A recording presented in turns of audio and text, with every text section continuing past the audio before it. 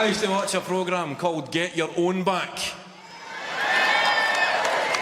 Big show in the 90s. I'll explain the premise of the show to the more mature audience members. It was hosted by a guy called Dave Benson Phillips. Big Dave, as you can see, a fanny magnet. Right, Dave Benson Phillips.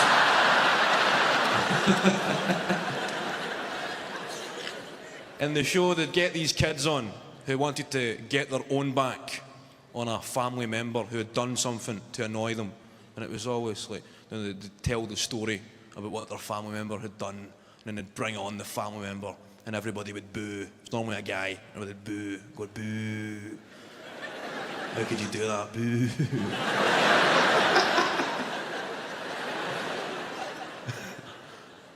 And then they'd gunge the guy, cover him in gunge and go, boo, serves you right. That's what you get, gunged, boo. And that was it, revenge. Revenge had been and had, revenge. It was always really, really shite stories. But I'm here to get my own back on my daddy.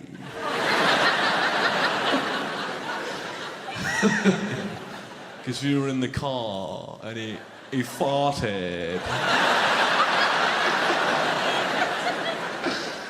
And it was absolutely disgusting.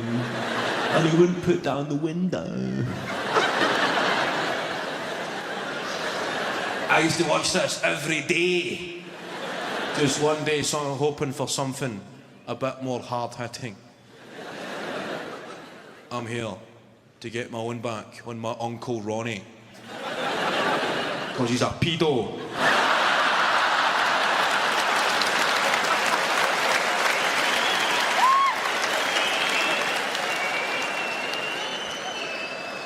Everybody's going boo.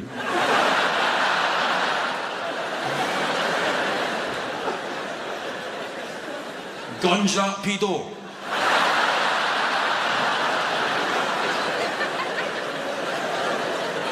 Gunge that beast. When's the last time you turned on the TV and seen a pedo gunging?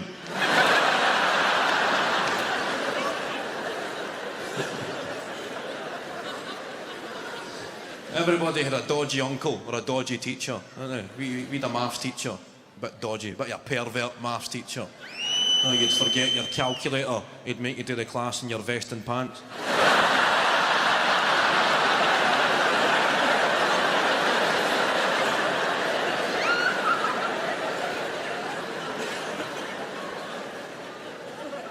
Your favourite subject at school? PE. PE. Same here, man. I was always the fat guy that brought in a note. Please excuse Kevin from volleyball. He's fucked off to the chip van.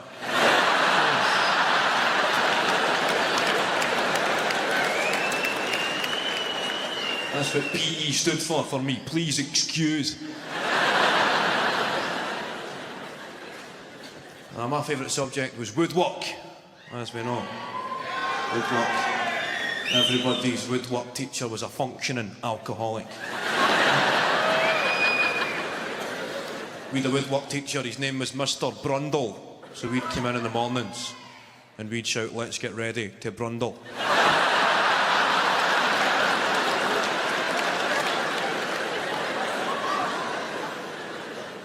And everybody else in the class was ready to Brundle, except this guy. He was fucked. His Brundling days were over. He'd just be sitting at his desk about 25 minutes into the woodwork lesson, just sitting there. Just going.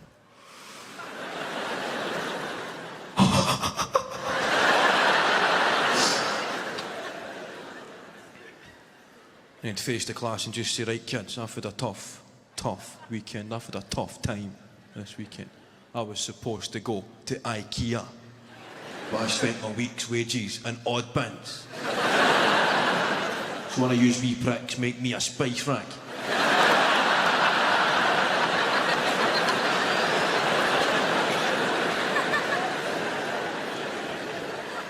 When you were 12, that was a lot of stress.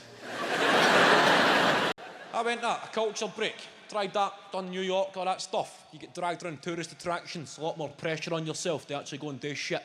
Standing looking at stuff, knowing you should be enjoying it. Statue of Liberty, wow, that's exactly how I fucking thought it would look. Having to take your photograph. You don't realise how much shite you photograph until you go somewhere good. Your phone runs out of memory. Standing on top of the Empire State Building, deleting fry-ups.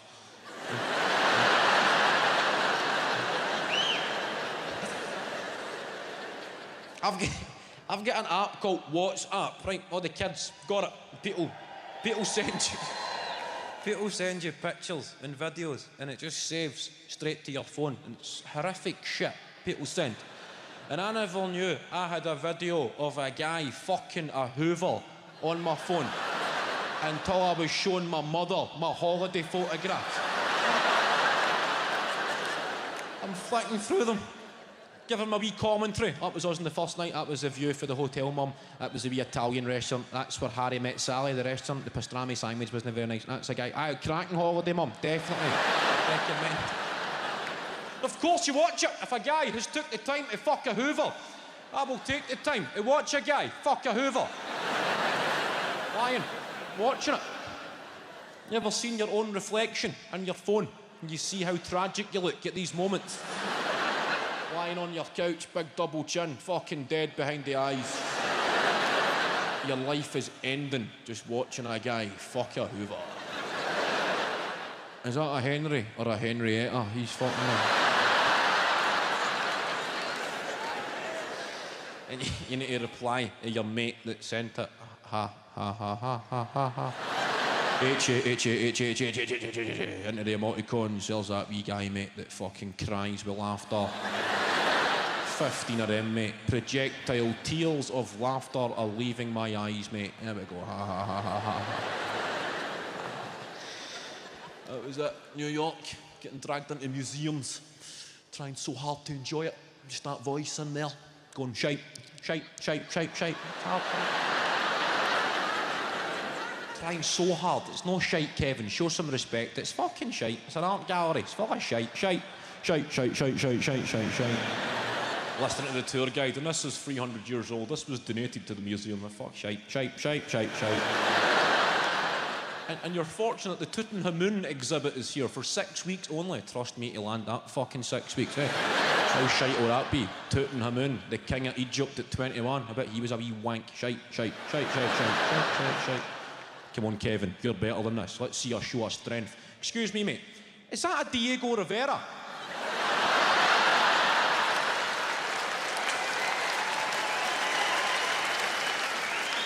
You don't know who he is? You found a victim, Kev. All that hard work, gave him at both barrels.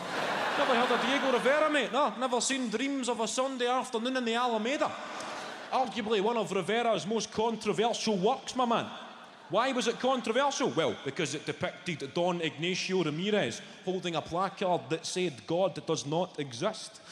The work caused uproar, mate, but Rivera refused to remove the placard until 9 years later, stating that he doesn't have to hide behind Don Ignacio Ramirez to show his own atheist views and that he believes all religions are a form of collective neurosis. Just on this, mate. Don't know that shit. That's this guy. Job done, Kev. Now get to the gift shop, buy a rubber and fuck off.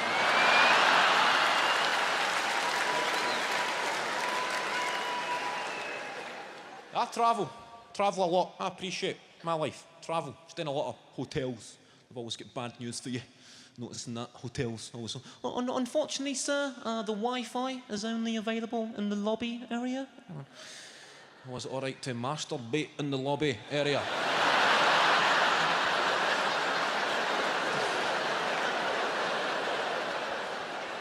That's what you say to them. Call them out on it. I might use your Wi-Fi in your lobby then, mate. And the websites I visit, that is between me and my browsing cookies.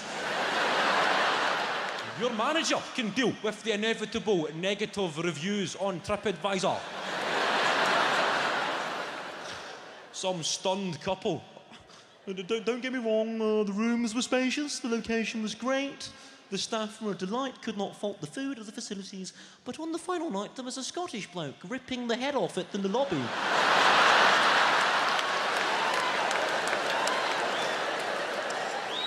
It was bloody disgusting, nothing subtle about it. He had his denims at his ankles, his feet on the coffee table.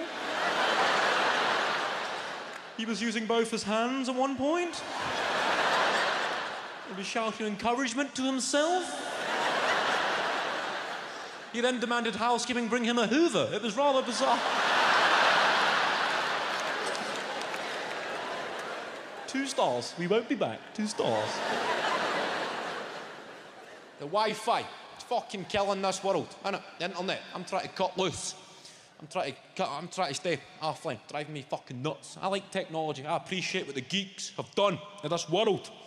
Just don't like the person that I become. As soon as it fails, as soon as it stops working, it sends me fucking into a big angry primate. I've had too many of these rages. I'm quite a peaceful guy. Fucking laptop stopped searching for wireless networks a few weeks ago, right? I know that sounds a bit trivial, but it's enough to send me into a fucking piece of shit. Fucking shouting at it. Because I'm so out of my depth trying to figure out. Your laptop breaks, you've got 2 options, Johnny. You can hand it in where you bought it, or you can phone up the technical support line. What option did you choose, Johnny? In your own time, Johnny.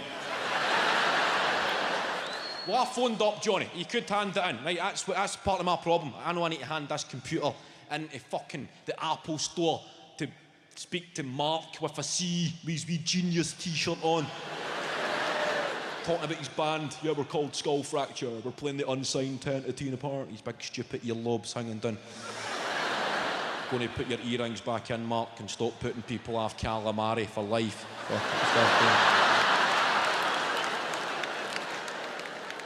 I decided to phone up. The laptop was no longer searching for wireless networks. And people were calling it a first world problem. That just makes you angrier. I fucking know it's a first world problem. That's why I'm on the phone to the third world trying to get it fucking fixed. I phoned up. I'm on the phone. Indonesia. Talking to my man Gavin. He starts asking me questions. I'm telling Gav the issue. Gav's asking me for my DHCP client ID. I said, I don't know what that means, Gav. Gav told me, click on system preferences, then go to network settings, and then advanced network settings. And he said in there you should see an IPv4 phone number, and from that you should be able to see your DHCP client ID. I'm fucking getting excited here. Gav's onto something. I said, yes, Gav, I can see a DHCP client ID. And he's asking me if it's configurated or deconfigurated. I said, well, Gav, it appears to be deconfigurated. Gav tells me to click on, I'm already there, Gav. Clicked on configure, done deal. And he goes, try again. I'm so fucking excited, Gav, to try again. Tried again, and the laptop connected to the wireless network. I thank Gav for his time. Then I'm left wondering, my mind is blown. Who the fuck undone that? Like, I've never been anywhere near that part of the computer before. So what the fuck happened between connecting to wireless networks and no connecting to... Did I have an MIT frat party in the living room one night? Did I have Mark Zuckerberg in the boys' room for a couple of cans? It's got a bit out of hand. I fell asleep at 6 in the morning, and rather than just shave off my eyebrows or draw a cock and balls on my face, some prankster has logged into my laptop and fucking deconfigured my DHCP client ID.